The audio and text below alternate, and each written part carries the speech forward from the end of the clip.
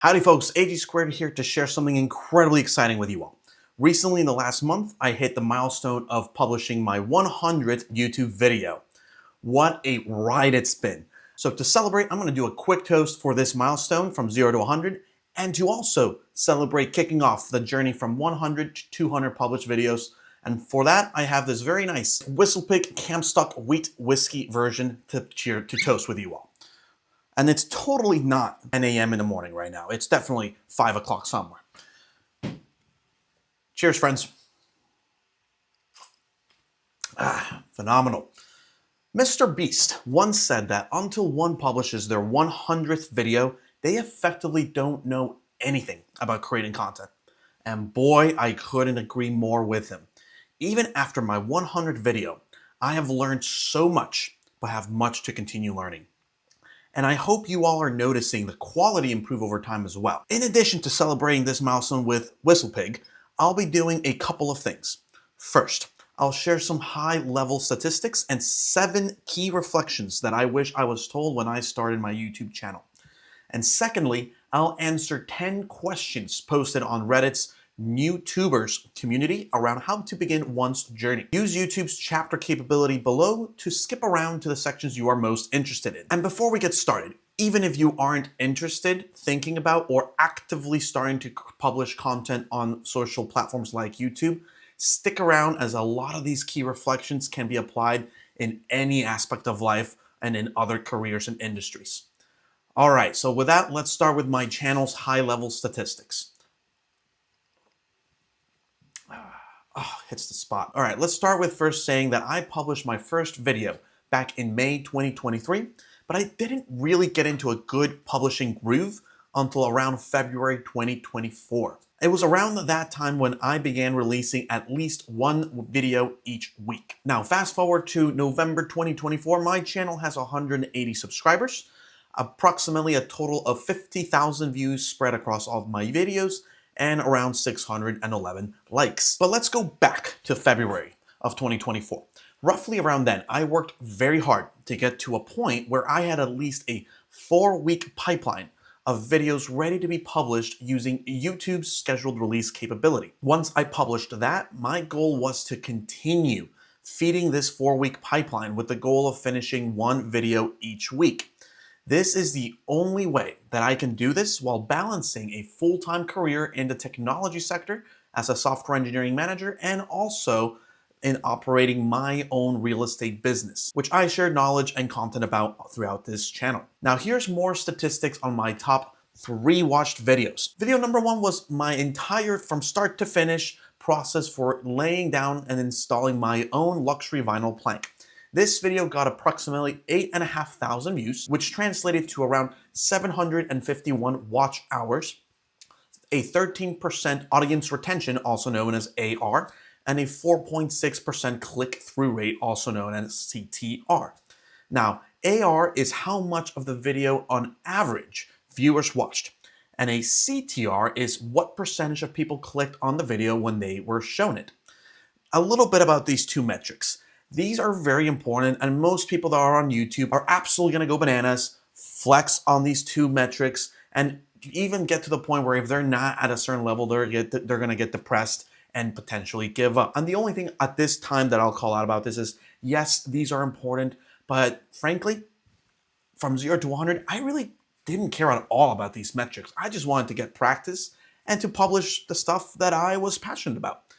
But needless to say, I do think these are important because it allows you, when you want to scale, to figure out where and what content is actually gravitating the most for your consumers. Okay, let's check out the statistics for video number 2. So this video, which is self-explanatory, got approximately 7,800 views, 196 watch hours, and a impressive 55% audio AR and a 4.8% CTR.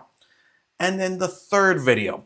This one got 6,800 views, 144 watch hours, a 28% AR, and a 6.8% CTR. What did these 3 videos and their respective metrics tell me? For starters, like I mentioned earlier, obsessing on the metrics isn't indicative of success, but it is important. Don't get me wrong, I just rather focus on producing quality content over obsess about YouTube's metrics and for me to try to beat the algorithm. So after 100 videos, what are my most key learnings? I got 7 for you all. First, embrace practicing. And I do mean everything from how to script, record content, thumbnail editing, video metadata creation, such as the title, description, and tags. And yes, there are many tools and approaches to doing these things, but try several of them and find the one that works best for you. Second, take your time to hone your craft. Like everything, practice makes improvement, and this takes time. Don't rush it, and don't expect any success early on, especially if you don't have a strong social following like in my case. I began with very little Facebook. I didn't have an Instagram. I didn't have a Snapchat. I didn't have a TikTok. I didn't have a Threads. I didn't have an X/Twitter, and whichever other one I might be missing. So keep in mind, this journey, it will be a marathon, not a sprint. Practice like it was a marathon. Third, celebrate every step along the way. And on that note, cheers again, folks. Whistle pig never fails. And what I mean by that is every step matters. This includes your first video, your first comment, your first like, your first subscriber, and then celebrate again after every X times that growth, whether it be the 10th, the 100th, the 1000th, the 10,000, and so on. This will help you get motivated and energized through what really is a very demanding and time-consuming and energy-draining process. Fourth, learn to market outside of YouTube.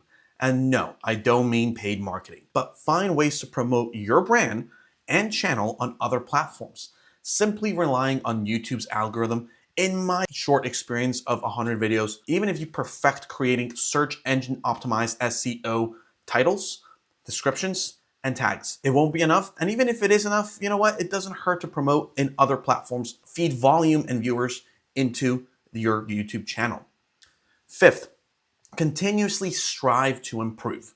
Similar to number 1, but this one I want to call out to try new things to learn. I'm going to share one of the things that has helped me the most, and that has been to use AI to accelerate my ability to generate a video's metadata from my script, as well as to use my iPhone's voice recorder application to automatically generate the script for my voice memos, and then have AI clean it up so I have a starting point for my script. This is just one example, but I've applied the same mindset for the equipment I use for better audio and video quality.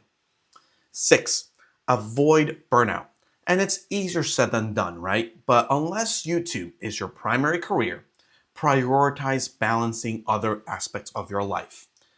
But tip number 7, find a good, consistent rhythm. For me, I record content in real time as I live my day-to-day in technology and real estate. But since I work a mentally demanding job Monday through Friday, I find that I can't do much editing until the weekend. But regardless of that, I strive to at least finish one video script and its metadata creation during my work week, which allows me the time to edit it during the weekend and get it scheduled for publishing. Some weeks, I can do more. Others, I can't do a single video. And folks, that's okay. Let's switch gears and go through these 10 questions from someone that's trying to figure out how to begin their YouTube journey. Prior to getting started with the questions, 1 second, folks. This is dangerous. I should have poured myself a much smaller pour. All right, first question.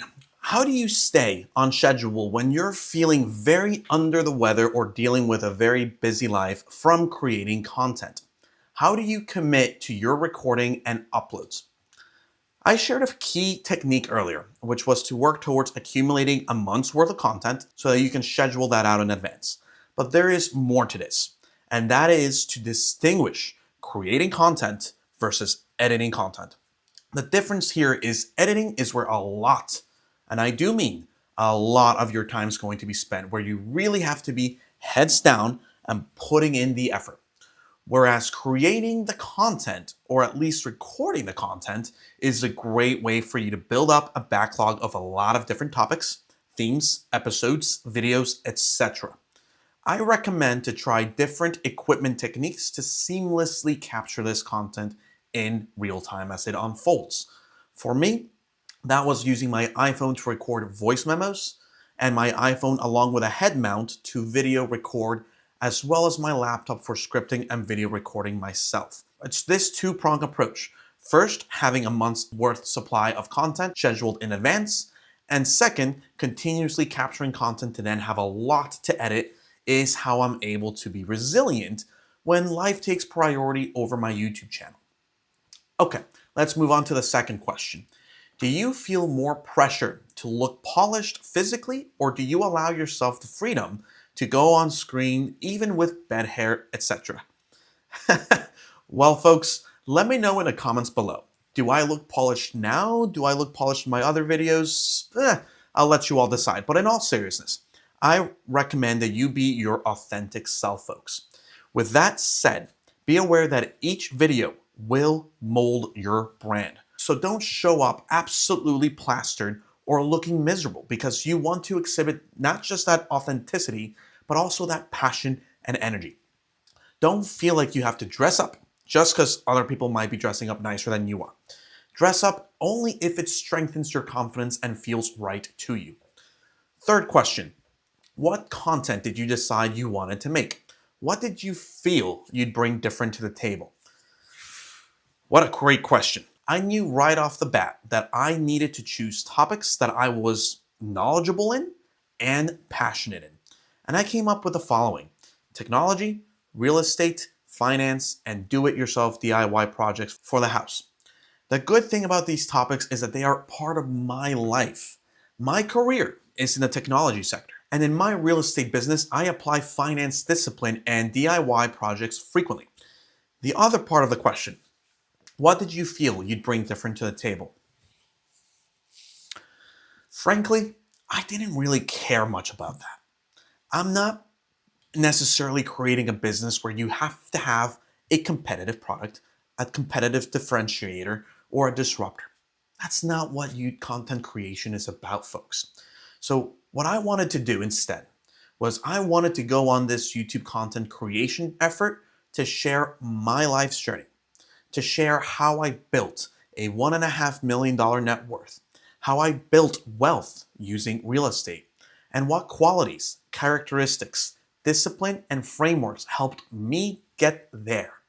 And I said, I want to share it because if I can help one person out there that watches my videos to change anything about their life to improve upon it, that I've been successful. I didn't really care about YouTube monetization, but that is a key distinction to perform self-reflection early on and where you're at right now. Are you trying to monetize? Are you trying to replace your full-time job? Are you trying to supplement it? Or are you trying to make this your full-time job to begin with? The answers to these questions will yield very different answers on what content you should be creating. But one thing is for certain, I am committed in creating the best quality video, audio, and message delivery anytime I create anything. So if you think I'm doing a shitty job, let me know, and I'm gonna just simply try to improve upon it. All right, next question, folks. How have you kept yourself from getting overwhelmed by building a community, promoting yourself, and getting so much more contact/attention than you were before? Well, I think in terms of not getting overwhelmed, I kind of lean on what I've learned in my life throughout my career. And it boils down to establishing good habits to avoid burnout. This is where my decisions of having a 4-week backlog of scheduled videos comes into play. But when it comes to being overwhelmed from getting more attention, I'll be honest, I can't really input on this because I can't relate, as I don't really do too much to try to tap into the other social spheres. Sure, I did create an Instagram account. I joined relevant Facebook groups and relevant Reddit communities to promote my YouTube channel on there. But it may be because I solely use it for promotional purposes and nothing else. To summarize, I haven't really felt an increase in contact nor attention ever since I started my YouTube channel. I usually use my YouTube comments section. I'll sometimes use the community where I ask a question, and I'll use Instagram to share more stories around my journey. But for the most part, I really do try to separate my private life from my content creation journey. And that helps with not feeling overwhelmed from attention. Next question. Did you choose to share details of your personal life or keep it separate from your channel? What a great question. So I went all out in being personal and transparent. I talk about my net worth. I talk about how much I make annually. People know that I live in Georgia. People know that I'm a millionaire. People know I'm in the tech sector. People know that I own 8 homes and that I rent them all out. Outside of my private life surrounding family and friends, I basically am open about everything else. And I did this because if I'm going to talk about my journey to becoming a millionaire, working a typical 8 to 5 and just being a regular person, and also talk about my desire to coach and elevate others to help them achieve their goals, I felt it was right to be absolutely transparent. And I have no regrets in doing that. All right, next question. What's the best piece of advice that's helped you the most? Honestly, it may be cheesy and it may be repetitive, but it was to focus on improving one thing on each video. Don't get distracted by trying to be overly data-driven or results-oriented when it comes to views or subscriptions. It was liberating to not care whether a video got 100, 1,000, or more views. That helped me focus in on a more important aspect, which was to improve on each video, at least in one of the following ways: video quality, audio quality, video editing or effects, or even improving the process from ideation to publishing the video and everything else in between. So, from your very first video and from each video after that, learn from it and enjoy the process. All right, next up. What method of promotion helped you grow the most? Frankly, I don't have a great answer for this, right? I'm only at 180 subscribers and my most watched video is sitting around 8,500 views, but I did notice this. I noticed that being active on other platforms like Reddit and Facebook groups helped increase my channel's traffic. I also noticed that embedding my YouTube channel as part of my real estate business helped each other. The channel gives my real estate business authenticity, and my business drives traffic to my channel. This includes adding my YouTube channel to my email signature, my business website, but also by sharing videos with candidates looking to rent from me so that they can see with their own eyes why my renter application process is one of the best. To conclude, some of the best promotion is when it comes organically as part of your career or business. Use your existing network in those 2 domains. Next up, how do you keep yourself on and entertaining even when you don't feel it? Yeah, that one's tricky, right? Well, listen, I script out everything I talk about. This answer is scripted. I practice it and I make sure that I'm in the right setting and the right mood to produce an engaging and passionate delivery. If I'm not in that environment, I won't record myself. I'll keep the script handy and even possibly begin editing other content until I feel good to record myself. Next, do you sort of play a more outgoing, energetic, etc. character for your audience, or are you 100% you? I've mentioned this earlier, folks, but it's worth repeating. You must be yourself. Do not fake it. Do not fake it. Do not fake it. It will show. Unless you're really good at faking, and in that case, well, then power to you. But no, when you look at my videos, and I encourage you, take a look at them. This is me. Sometimes I'm a little awkward. Sometimes I make a lot of lame jokes. Sometimes I'm a little boring. And most of the time, I talk with my hands way too much. I'm proud of everything that I am and will only change for myself. With that said, I continuously try to improve my storytelling skills to deliver messages in a more concise, clear, and interesting manner, which I hope helps me from having to quote unquote be more entertaining and simply deliver a more powerful message. And the last question, what is the weirdest tech or lighting setup you've rigged that actually worked well? Well, on this one, I don't have anything weird yet. My setup started with a basic camera, a tripod, and a low-cost teleprompter, which I used only once when recording my very first video. I ended up not liking this setup. So now I've simplified it down to using my iPhone and these amazing Bluetooth mics, as you can see over here, to capture high quality audio. I love being able to record the audio separately from the video and have found it to greatly improve the audio quality. I use my laptop's high definition video camera to capture the video, aka this video, and the green screen behind me, and 3 light fixtures. 2 lights are angled facing the center of the room. They're this way. That's the way they're being pointing towards me at the center. And then the 3rd light fixture is high near the ceiling facing down right on me right there. And that's my setup, folks. It's simple. It was not expensive. The most expensive thing besides the laptop, which I already had, were these microphones. Everything else, incredibly affordable. All right, folks, that's all I have for today. I hope you found this informative. And for those thinking about starting to create content, or for those early in the process, I hope this helps you in your journey. Please give this video a like and consider sharing it with your friends and social circle. And if you're interested in any of the following topics, check out my YouTube channel for its respective playlist.